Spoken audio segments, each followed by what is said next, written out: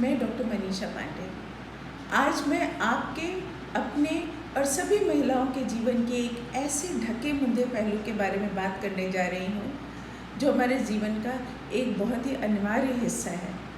भारत की आबादी का 48% है महिलाएं और हर महिला के जीवन में आधी उम्र इससे प्रभावित होती है। फिर भी हैरानी की बात है कि हम इसके बारे में कभी बात ही नहीं करना चाहते। जी हाँ, मैं बात कर रही हूँ मासिक धर्म की, माहवारी की।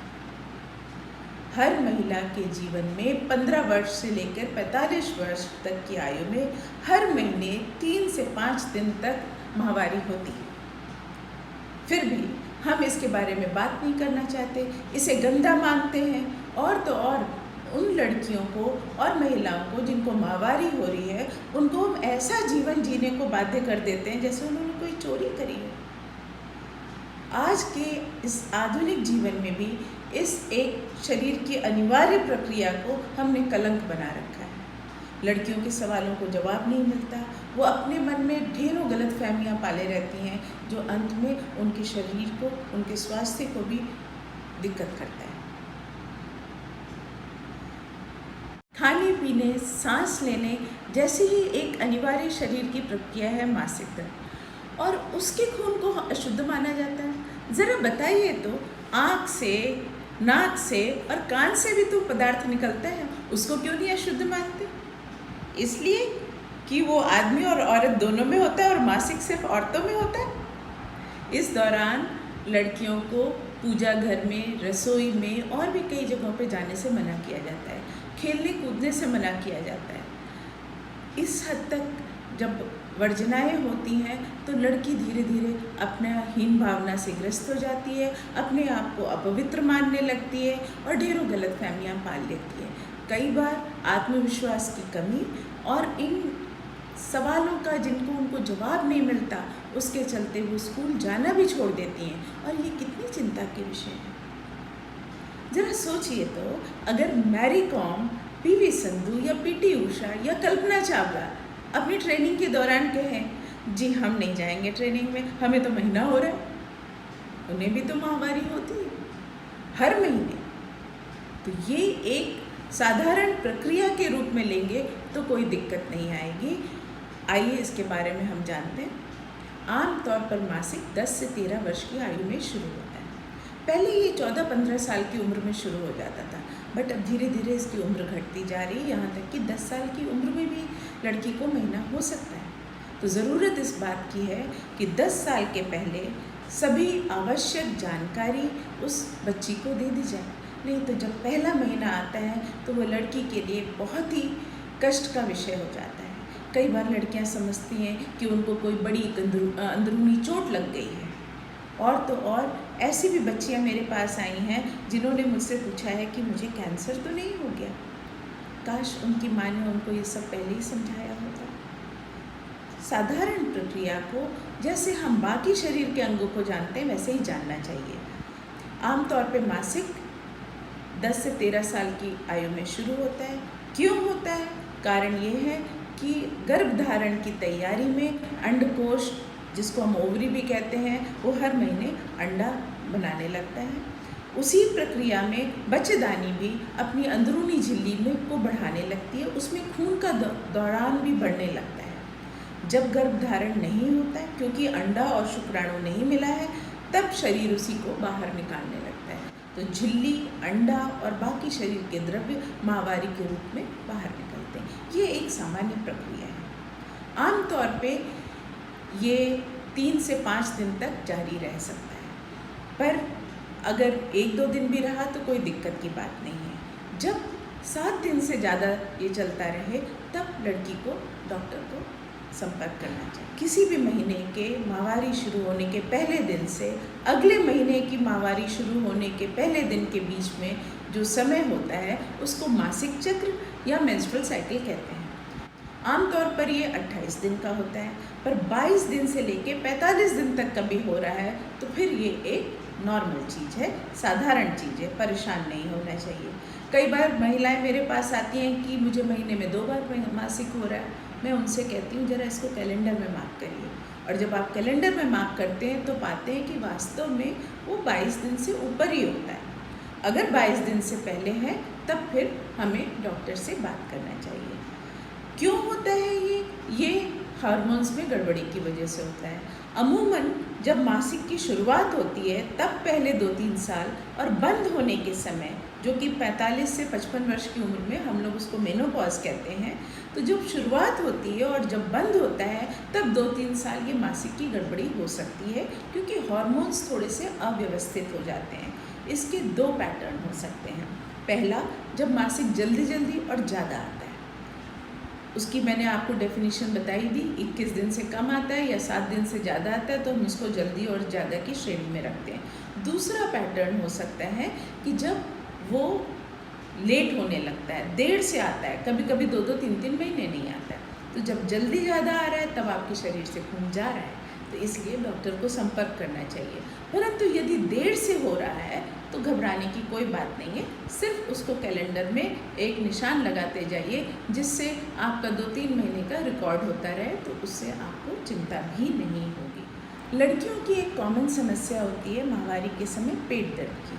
तो जैसा मैंने अभी बताया था कि माहवारी के समय बच्चेदानी अपनी अंदरूनी झिल्ली, अंडा, खून और बाकी द्रव्यों को बाहर निकालने की कोशिश कर रही हैं। इसलिए मासिक के पहले 2 दिन पेड़ू में, जांघ में दर्द होना, थोड़ा मरोड़ दे के पेट में दर्द आना या थोड़ा जी भी मिचला सकता है, ये सब एक सामान्य प्रक्रिया है। इसके लिए क्या करना चाहिए? गर्म पानी की बोतल से सिकाई कर लें। पेट में, पेड़ू के और जांघों में थोड़ा सा आप मसाज कर सकते हैं, मालिश कर सकते हैं। कुछ योगासन जैसे भुजंग आसन है, तितली आसन है, बाल आसन है, ये भी बहुत फ़ायदेमंद होते हैं। और एक चीज़ का और ध्यान रखना चाहिए कि इस समय कब्ज ना होने पाए, ये बहुत ज़रूरी है, उसमें भी दर्द हो जाता है। कई बार लड़कियां शिकायत करती हैं कि माहवारी के समय मुझे बहुत चक्कर आ रहा है, थकान आता है, माँ कहती है स्कूल मत भेजो। क्यों ना भेजो? क्योंकि इसको बहुत ब्लीडिंग हो रही है। यहाँ मैं आपको बताना चाहूँगी कि जो भी आप माहवारी के समय खून जाता देखती हैं, उसमें खून का अंश कम होता है। ज़्यादातर वो 4 से 6 चम्मच ही होता है। उसमें ज़्यादा क्या होता है? झिल्ली, जो शरीर के सिक्रीशंस होते हैं, जैसे कि बच्चेदानी से जो सिक्रीशन होता है, जो वेजाइना का सिक्रीशन होता है, वो सब मिल करके उस मात्रा को बना देते हैं। तो इतना खून नहीं होता कि आपको कमज़ोरी आ जाए। कमज़ोरी तब आती है जब आपके खाने पीने में असंतुलन होता है। ज़रूरी है लौह तत्वों से भरपूर हरी पत्तेदार सब्जियां, दालें और मौसमी फल लें। जब आपका भोजन संतुलित होगा तो इसकी वजह से कभी भी आपको खून की कमी नहीं होने पाएगी। इसके बाद लड़कियों की, महिलाओं की एक बहुत ही कॉमन समस्या है और जिसको मैं बहुत इम्पॉर्टेंट मानती हूँ, वो है सफ़ेद पानी, श्वेत प्रदर या ल्यूकोरिया नाम से हम लोग जानते हैं। कई बार लोग घबरा भी जाते हैं कि मेरी हड्डियाँ गल के सफ़ेद पानी के रूप में निकल रही हैं। ऐसा कुछ भी नहीं है। मासिक चक्र के दौरान कभी कभार सफ़ेद पानी आना बिल्कुल खतरे की बात नहीं है। मैंने पहले भी बताया, जैसे नाक से पानी आता है, आँख से पानी आता है, उसी प्रकार से बच्चेदानी के मुंह से, योनि से थोड़ा सा सफ़ेद पानी आ सकता है। पर अगर यही पानी पूरे महीने आता है, पीला, हरा, बदबूदार होता है या फिर चूने की शक्ल अख्तियार करता है, तो वहाँ पे ये संक्रमण की निशानी होती है। तब आपको डॉक्टर से संपर्क करना चाहिए। अगर इसी सफ़ेद पानी को हम समय रहते इलाज नहीं कराएंगे तो ये बस ऐसा जाता है बच्चेदानी के सूजन के रूप में। कभी कभी महिलाएं ट्यूब ब्लॉक होने की वजह से बांझ भी बन सकती हैं।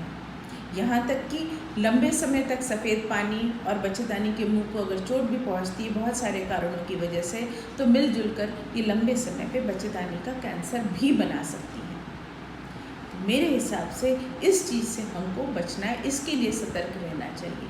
और बचाव का क्या तरीका है? एकमात्र तरीका है माहवारी के दौरान स्वच्छता। हम जैसे हर दिन नहाते हैं, मुंह धोते हैं, तो हम माहवारी के समय स्वच्छता के बारे में दूसरे आयाम क्यों ले आते हैं?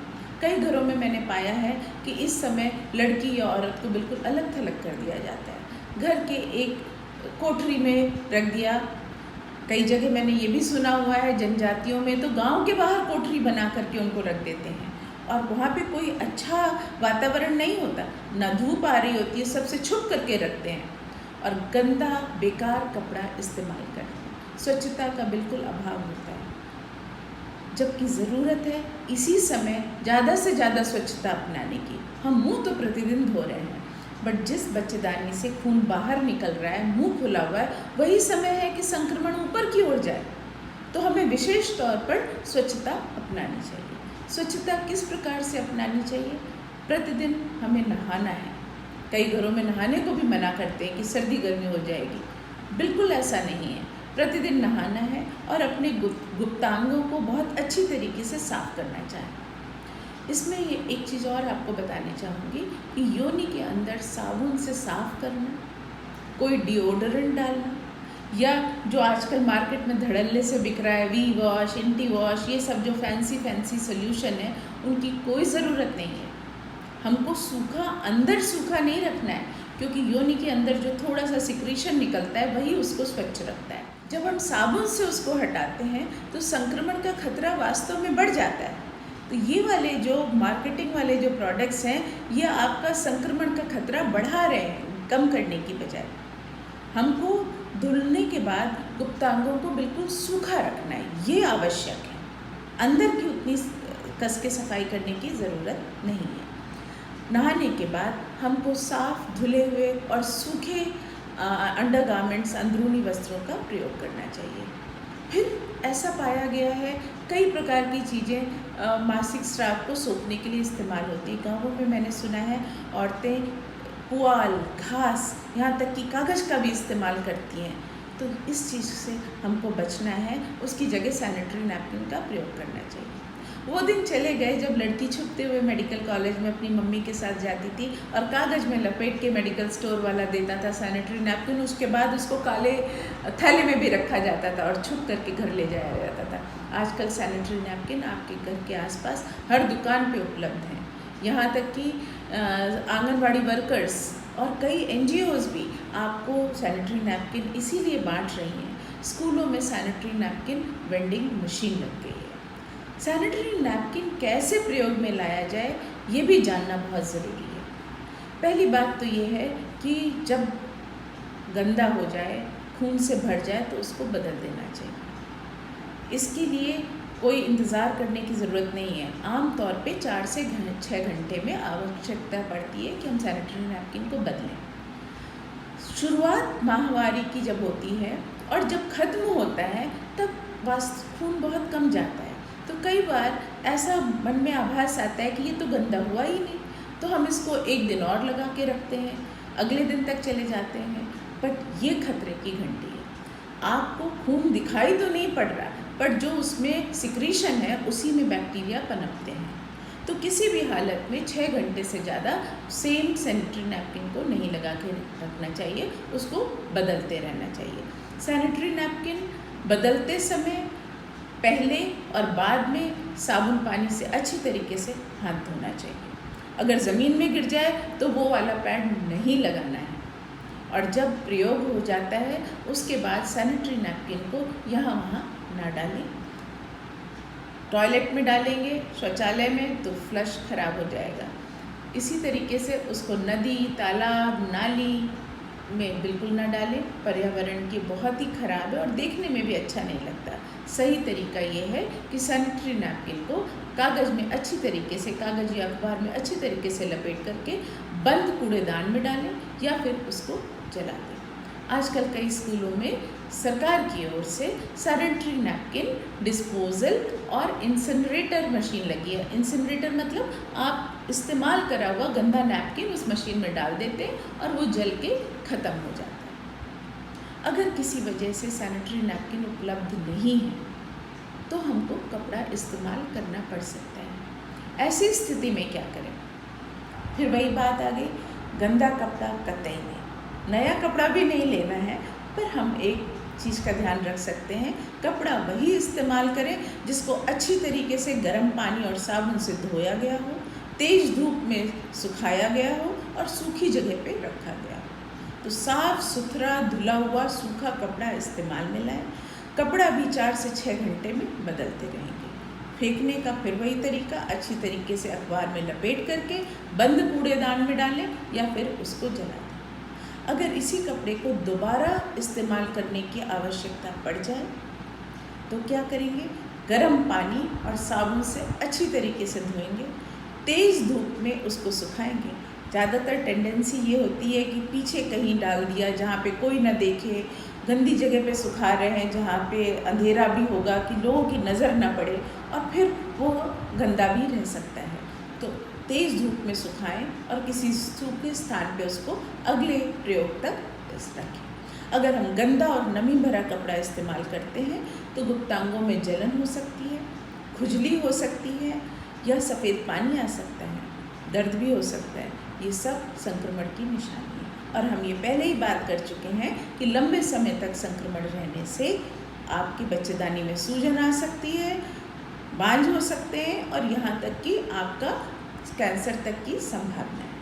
तो घूम फिर के एक ही बात आ जाती है कि एक ही तरीका है इन सब से बचने का कि माहवारी के समय हम स्वच्छता रखें। घबराइए नहीं, कैंसर चरम अवस्था है। सालों साल जब बच्चेदानी में सूजन बनी रहती है, गंदगी बनी रहती है, तब वो होता है। वो जल्दी होने नहीं वाला। बस इतना ध्यान रखें कि औरतों की सभी बीमारियों से बचने का एकमात्र तरीका है माहवारी के दौरान स्वच्छता अपनाएं। तो एक नारा याद रखिएगा, जब माहवारी में स्वच्छता अपनाएंगे तभी हम स्वस्थ रह पाएंगे। और हम कौन? आप और मैं। धन्यवाद।